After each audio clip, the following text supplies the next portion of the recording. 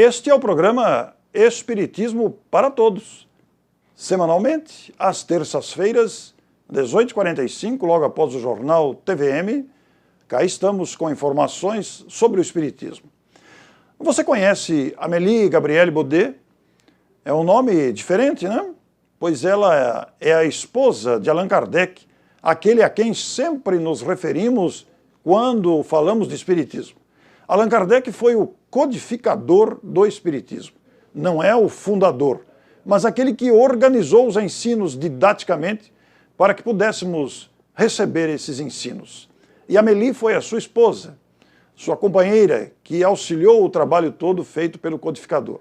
E para falar de Amélie, para que você conheça essa personagem da história do Espiritismo, está conosco a Márcia Ferreira, de Araraquara, que é a esposa do José Henrique Martiniano, que falou a semana passada sobre os 90 anos do Parnaso de Além-Túmulo. Vamos ouvi-la então para conhecer Amélie Gabrielle Baudet, a esposa de Allan Kardec. Bem-vinda, Márcia. Boa noite.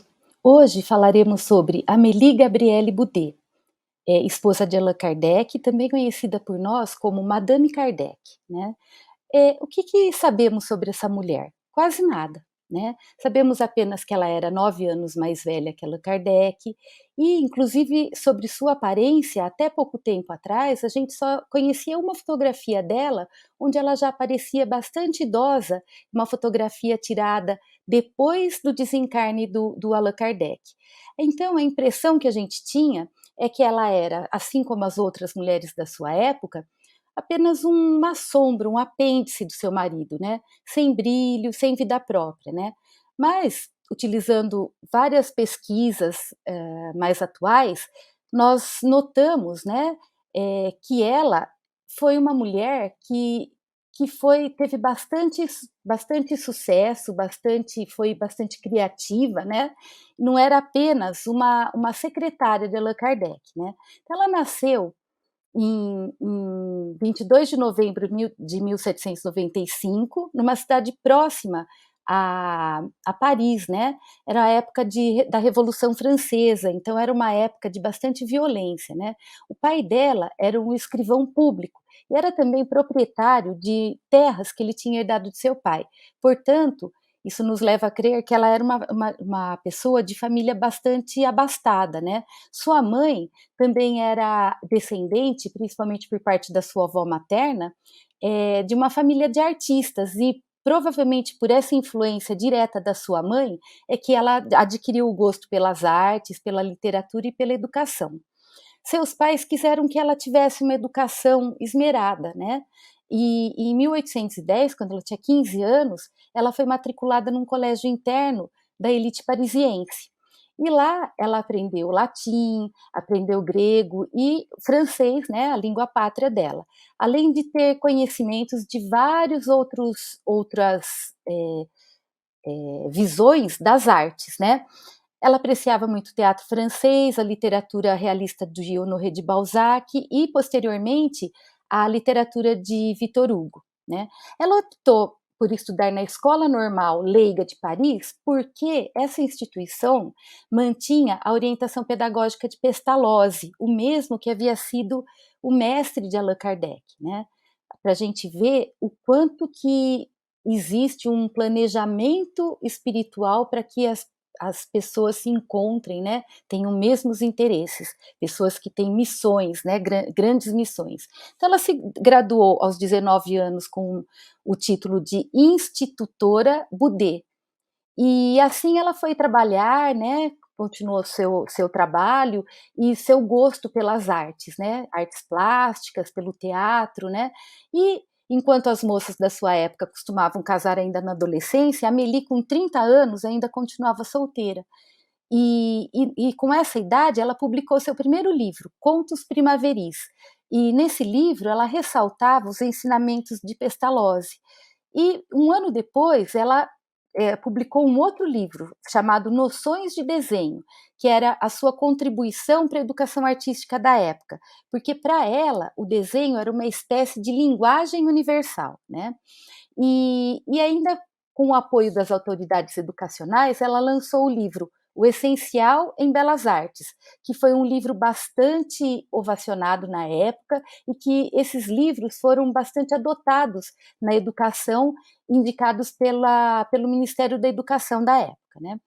Então, ela estava nesse meio acadêmico, artístico, né? E já era uma mulher balzaquiana de 35 anos, quando conheceu o Allan Kardec não, na época era Rivaio, né? Professor Rivaio, e que era 9 anos mais novo que ela, então na época tinha 24 anos, e os dois resolveram se casar. E eles se casaram em 1832 e foram morar na rua de Sèvres, número 35, onde funcionava o Instituto Técnico, do qual o Rivaio era proprietário, e dividia a casa, além de dividir com o Instituto, morava na casa também a sua sogra, mãe de Rivaio, e o tio de Rivaio também. Por ocasião do casamento, o pai dela deixou para ela um dote de 80 mil francos, e o tio de Rivaio prometeu deixar a sua herança como Rivaio como seu único herdeiro, e quando ele viesse a falecer, caso ele falecesse antes que ela, toda a sua herança iria para Amélie. Bem, verdade é que eles viveram uma época trabalhando no liceu, né, tudo estava no instituto, estava tudo muito bem, até que o seu tio, né, em 1834, ele era dado a jogos, né, e ele perdeu tudo, e o instituto foi obrigado a fechar.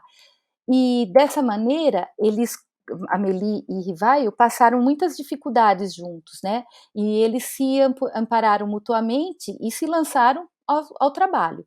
Durante o dia, o Rivaio, ele trabalhava como contador, né, fazia contabilidade de casas comerciais, e a Amélie o ajudava a preparar o material, as aulas dos cursos gratuitos que ele dava na sua própria residência. Depois de um tempo, ele fundou o Liceu Politemático, onde ele lecionava matemática e astronomia, não só para alunos, mas também para professores.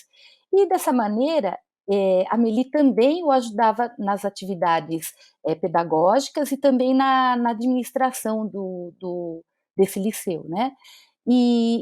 Dessa maneira, Rivaio se tornou muito conhecido no meio acadêmico, né, no meio da educação lá na França, de modos que, quando se iniciaram as primeiras toques, né, das chamadas mesas girantes, né, que foi uma grande coqueluche em Paris, apesar de ter um teor fútil de apenas atrair espíritos zombeteiros, o professor Rivaio é convidado para ir verificar isso, e após muitas observações, né, e sempre acompanhado de Amélie, após muitas observações, ele chegou à conclusão de que aquele fenômeno deveria ser estudado, né?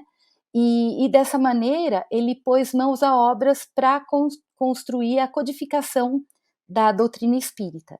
E Amélie sempre esteve ao seu lado, dando todo o apoio moral. Por quê? Porque o Allan Kardec, quando ele se iniciou nessa jornada da codificação, ele foi alvo de muitas intrigas, de muito ódio, traições, insultos, né? E ali Amélie sempre esteve ao seu lado para lhe dar amparo, né? E muita consolação, sempre ali do seu lado. E ela se tornou verdadeira secretária dele, né? Ali na nova empreitada que ele tinha tomado, né? E sempre o estimulando para que ele cumprisse essa sua missão, né?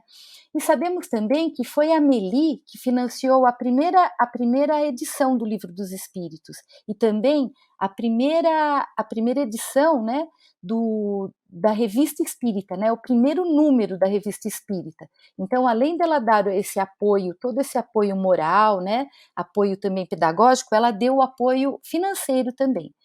E na sua residência, eles era a sede, era onde eles recebiam as pessoas, e como começou a ficar muito movimentado, eles resolveram montar a Sociedade Parisiense de Estudos Espíritas em outro lugar.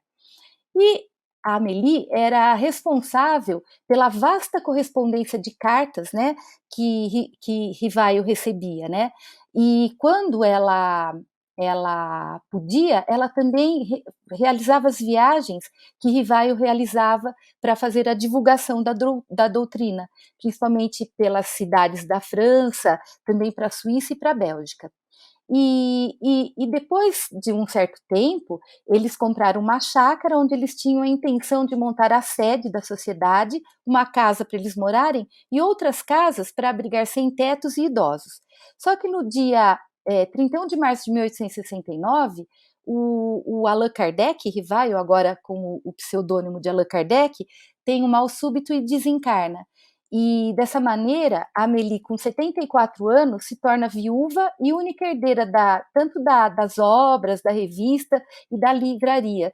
Então, ela passou a ser a única dona de tudo isso. E continuou com os intuitos do Allan Kardec, né? Tentando tornar os livros mais acessíveis para populações mais pobres e também criando um Caixa Geral de Espiritismo.